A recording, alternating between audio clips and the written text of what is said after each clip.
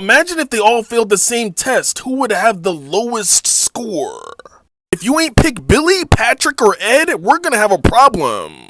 If you're one of the people that picked Richard Watterson, he's not completely brainless. He can drive and somewhat take care of kids. And it's not his fault the universe decides to collapse if he ever tries to go to work. If you picked Cosmo from the Fairly Odd Parents, he isn't getting the lowest score. You can tell this goofy Cosmo to do something and he'll do it. He'll just forget right after.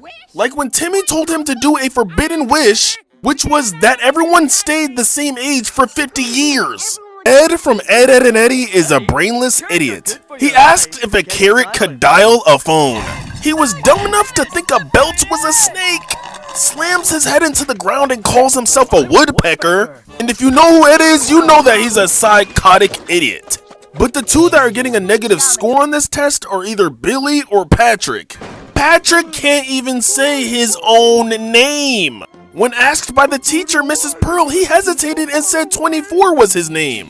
Patrick Starr doesn't even know how to write his own name. Patrick's not even completing the first part of the test, which is writing your name.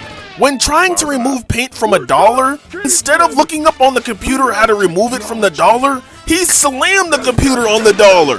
Then on the other hand, Billy, when sneaking into the house and opening the window, he still jumped through the window.